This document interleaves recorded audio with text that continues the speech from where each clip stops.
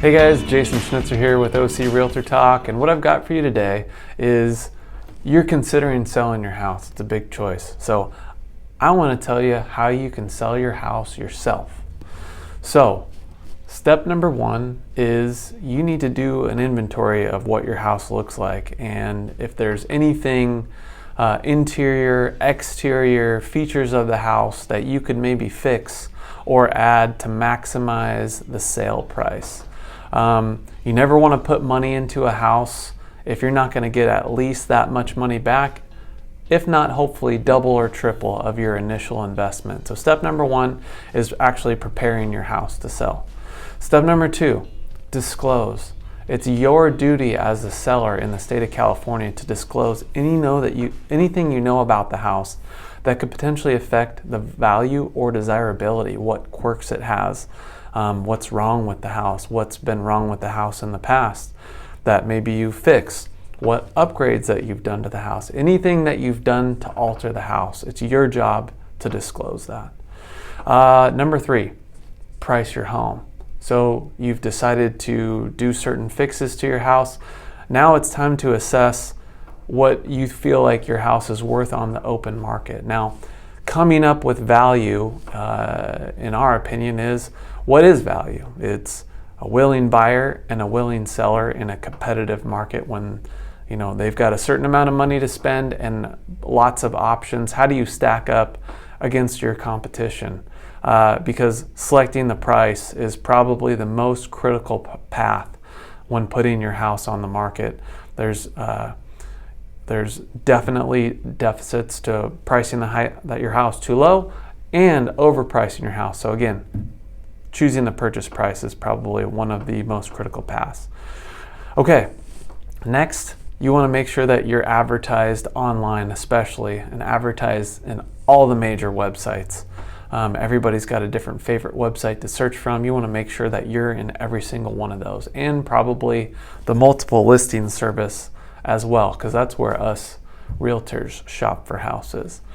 Okay, so you've done all that. You finally put your house on the market. Hopefully you've got an offer to choose from, if not multiple offers. So the next step would be to verify all of that buyer's qualifications with the lender. You only get to choose one offer, even if you've got 10 to choose from. So it's very important that you select the right one. Because once you go into escrow, if something happens to that particular transaction and you have to go back out on the market, it's statistically proven that your most imperative time has already been wasted with regards to advertising. The first time you go out on the market, that's when you're going to have the most steam. If you're in escrow for a week or two and that transaction falls out, you're going to have to try to rebuild all that momentum that you gained and excitement of your listing going on the market, and have that looming question of buyers, new potential buyers wondering why that transaction fell out, even if it was just for a matter of cold feet and there's nothing wrong with your house. So very important to qualify that buyer. And along with qualifying the buyer comes other two very important qualifications. That's qualifying their lender, because even though there are cash buyers out there, they're few and far between. The majority of our buyers, 99% of them, are still getting a loan. So it's really important to know the right questions to ask that lender and get those qualifications. And next up is the buyer's agent. You want to interview that buyer's agent. You might think, well, I'm selling my house myself. Wouldn't I just be dealing with the buyer? Most likely not. Statistics show that 90% of buyers still want to be represented by an agent, even if they're buying a for sale by owner transaction. So you want to plan to at least having to compensate that agent. And quite honestly, I would recommend that the person buying your house be represented by an agent from a liability standpoint. So you'll want to plan on that, and why it's important to interview that agent is quite honestly, they're the ones that are in control of the other half of the transaction. So it's important that that agent has the skills and the wherewithal to properly handle their buyer's expectations along the transaction. So interview the buyer qualifications, lender, and agent, kind of all wrapped in one. Okay, so you've accepted an offer. You're now opening up escrow. Be sure to choose a trusted title company and escrow company, as you'll still need those to handle the transaction in the state of California. For the most part, you want to get title insurance on this transaction. That way you're covered for anything that might pop up from the past. And then, of course, all of our transactions, even if they're inter-family, will require an actual escrow to do the swapping. You know, you want to make sure that the buyer, when they wire their money into an account, you know, you don't sign your deed over and then they don't give you the money, and then vice versa. So an escrow company is always highly recommended with that. And of course, you know, if there are any repairmans needed, you know, it's good to have plumbers, roofers, etc., just in case something pops up, because the next thing that's important on top of choosing those services will be prepared to negotiate for yourself with regards to the condition of your home and a potential appraisal. And what I mean by that is we talked about disclosing, that's your duty. Well, the buyer's duty and the buyer's right is to inspect your house and to find out everything that's wrong with it. So that way they're buying eyes wide open, and they can't come back later and say, well, why didn't you tell me about this? Or why wasn't this particular item dealt with? And you can go back and say, well, hey, you got that inspected, and here's what your inspector said. And again, just another layer of releasing you of liability. So when a buyer does do an inspection on your property, they could, per the contract, potentially ask you to fix something.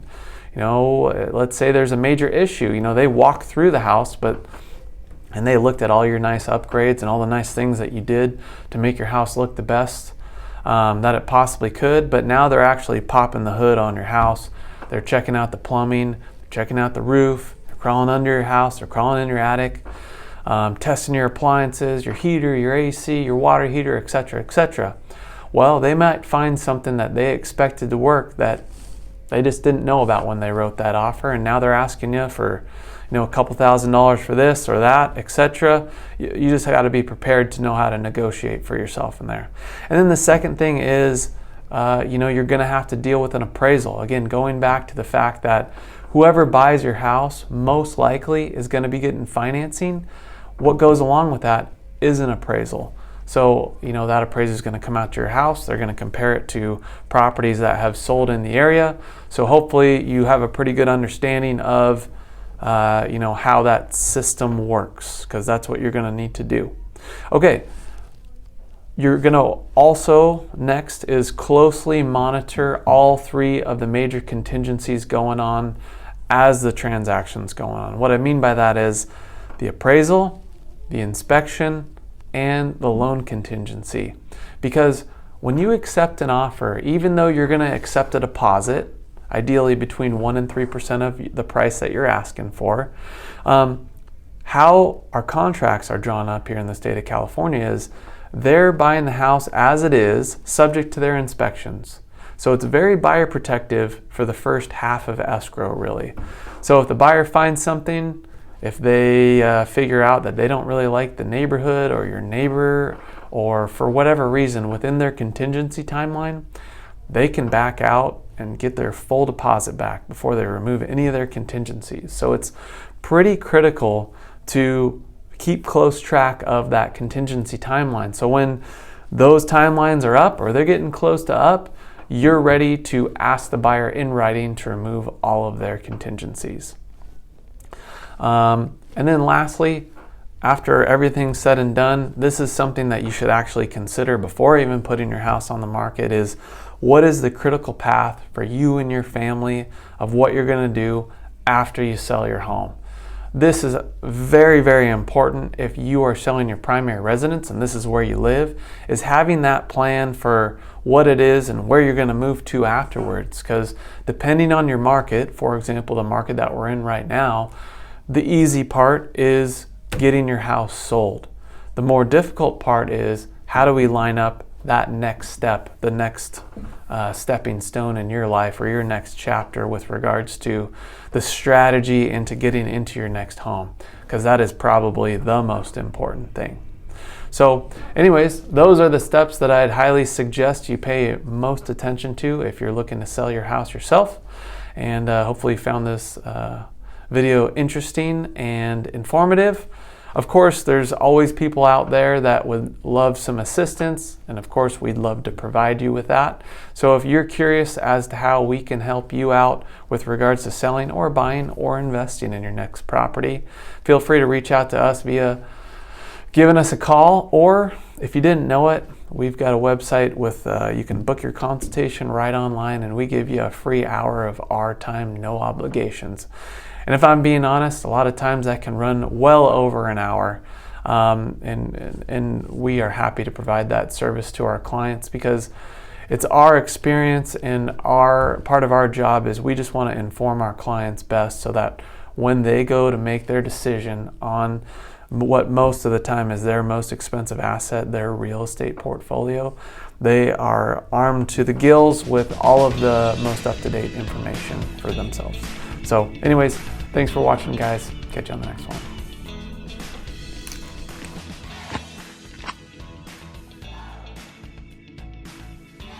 Hey guys, thanks again for watching this week's episode of O.C Realtor Talk. If you gained any value from this video, we'd really appreciate it if you liked, subscribed, and followed us on all our social media platforms. Yeah, what Jason and I believe is really, really important for you, whether you're buying a house or selling a house, is understanding the process and knowing exactly what you're getting into. So if you ever have any questions, just follow the links below.